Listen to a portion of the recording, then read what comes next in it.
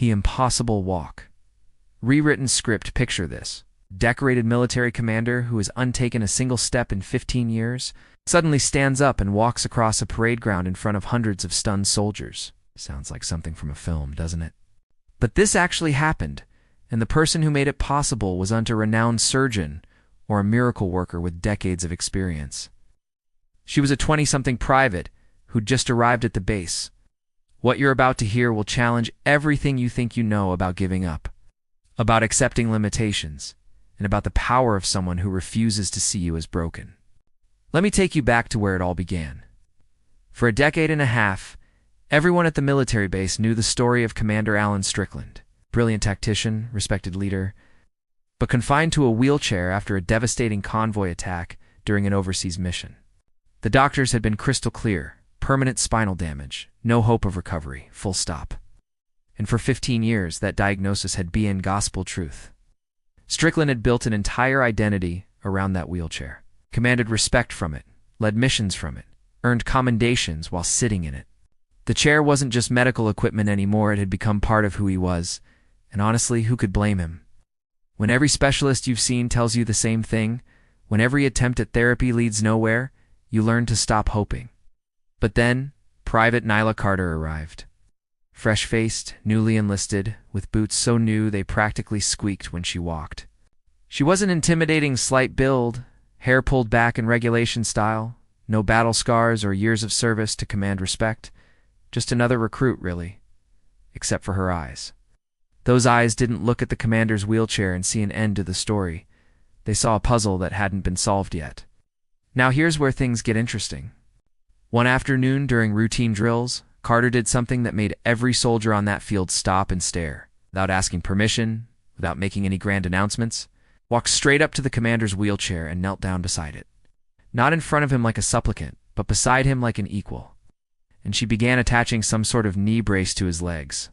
Can you imagine the audacity? A brand new private approaching a decorated commander during active training, essentially saying, "Right, let's get you walking then."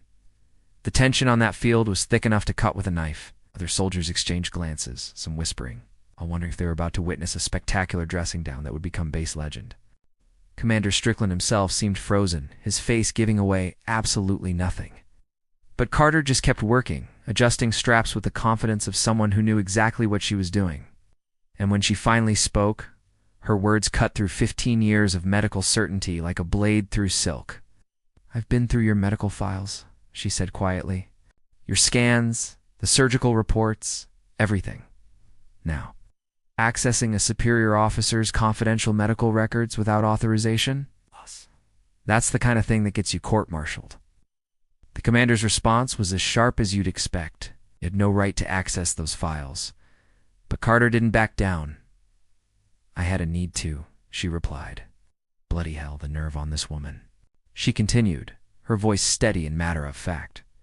"Every specialist you've seen is focused on what's damaged. I'm looking at what's still working." And then she said something that changed everything.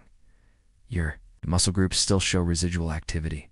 Minimal, yes, but it's there. Your motor neurons are still firing. That means there's still a connection. Weak, perhaps, but alive." This wasn't some motivational speech about mind over matter. This was clinical observation from someone who clearly knew what she was talking about. As it turned out, before enlisting, Carter had worked as a neurological rehabilitation technician. She'd specialized in helping people with spinal injuries retrain their nervous systems. She'd seen the impossible happen before. But here's what really got to the commander. Carter looked him straight in the eye and said, "You've spent 15 years learning to live with this chair. You've done brilliantly at it. But sir, you haven't finished what your body started trying to do. Think about that for a moment." She wasn't dismissing his adaptation or suggesting he'd been weak for accepting his situation. She was acknowledging his strength whilst pointing out that there might be more story left to write. The commander tried to shut it down. "You have no idea what it is like to fail in front of soldiers who once looked up to you." And Carter's response? "Actually, I do. Maybe not physically, but I know what it feels like to be written off, to have people stop expecting anything from you. I've been underestimated my entire life. Right there in that moment, something shifted. This wasn't about a young soldier trying to fix a broken commander. This was about two people who understood what it meant to be counted out before they had their full say. The commander didn't agree to her proposal immediately, but he didn't refuse either. He just gave one small nod. And sometimes that's all the permission hope needs to take root. The next morning, Carter was waiting in the base's long-abandoned rehabilitation facility. She'd cleaned the equipment, set up the parallel bars, and prepared everything with military precision. When Strickland arrived, she didn't make a fuss about it. No dramatic speeches. Unemotional appeals. Just equipment's ready, sir. 30 seconds. That's our target today. Those first attempts were brutal to watch. The commander's arms shook from the effort of supporting his weight. Sweat poured down his face, not from physical exertion, but from the sheer mental challenge of trying something everyone had told him was impossible. But Carter stayed right there beside him, not cheering or counting down dramatically, just breathing steadily and being present. 30 seconds became a minute became 2. By the third week, his hands weren't trembling as violently. He could shift his weight forward without immediate collapse.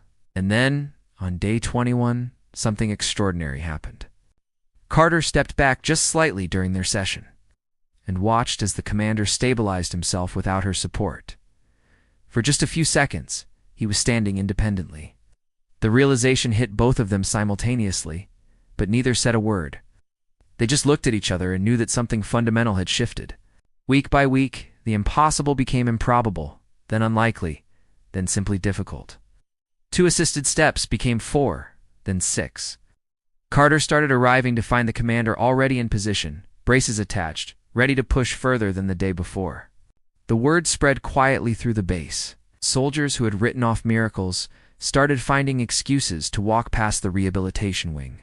Some stayed to watch. Others just wanted to be near something that defied everything they thought they knew about limitations. And then came the day that nobody will ever forget. It was exactly 1 month after that first encounter on the training field. The base had gathered for what they thought was a routine ceremony.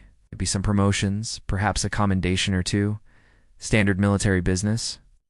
Instead, they watched their commander roll forward in his wheelchair, lock the brakes, and with visible effort, stand up. Not just stand, but take actual steps forward. 1 foot, then the other, moving with determination across the grass that had witnessed his first attempt at hope. When he turned to face his soldiers and raised his hand in salute, the silence was deafening. Then it shattered. Cheers erupted like thunder. Grown soldiers wept without shame. Some chanted his name until their voices cracked.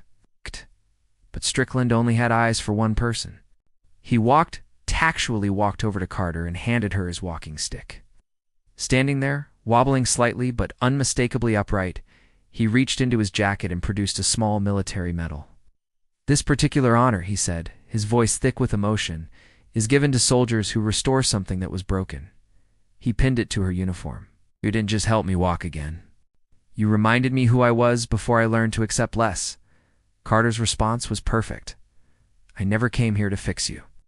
Sir, I came to remind you that you weren't finished yet. Now, here's what makes this story absolutely remarkable. This wasn't about medical miracles or defying science. Carter used legitimate therapeutic techniques that the commander's previous doctors had simply stopped considering. Sometimes, the medical establishment gets so focused on managing a condition that they forget to keep looking for solutions.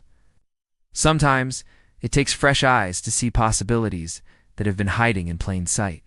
But the real transformation wasn't physical, it was mental. For 15 years, Strickland had accepted a story about himself that was only partially true. He was still the same brilliant leader, still the same courageous soldier, but he'd been living as though his story had ended when it had really just taken an unexpected turn. Carter didn't see a disabled commander when she looked at him. She saw someone whose body was sending signals that everyone else had learned to ignore. She saw potential where others saw limitation. And perhaps most importantly, she saw him as someone worth the effort, even when conventional wisdom said that effort was pointless. Think about your own life for a moment. What stories have you accepted about yourself that might only be partially true? What possibilities have you stopped exploring because someone, somewhere along the way, convinced you to stop trying? The thing is, we all have areas where we've learned to settle, where we've been told our limits and accepted them without question. But sometimes, just sometimes, those limits are more flexible than we think. Sometimes we just need someone who looks at us and says, I don't think you're finished yet. Carter could have stayed quiet, followed protocol, respected the established narrative, but she chose to see beyond the wheelchair to the person inside it. She chose to believe in possibilities that everyone else had written off. Hey, that choice changed everything. The beautiful thing about this story isn't just that a man learned to walk again. It's that an entire base full of soldiers learned to look at limitations differently. They witnessed firsthand that sometimes the most powerful thing you can do for someone is to accept their situation, but to refuse to see it as the end of their story. So here's my challenge to you. Look around your life. Who have you written off too quickly? What dreams have you filed away as impossible? What would happen if you approached them with the same fresh eyes that Carter brought to that rehabilitation facility? Sometimes the most extraordinary transformations begin with the simplest acts of belief. Sometimes all someone needs is for one person to look at them and say, I think there's more story here. And sometimes, just sometimes, that person needs to be you. What impossible thing will you choose to believe in today? Let me know in the comments below. I love hearing your thoughts. And if this story moved you the way it moved me, smash that like button and hit subscribe for more incredible true stories that restore your faith in human potential. Trust me, you won't want to miss what's coming next. Till then, keep believing in the impossible. Because sometimes, it's just waiting for the right person to give it permission to happen.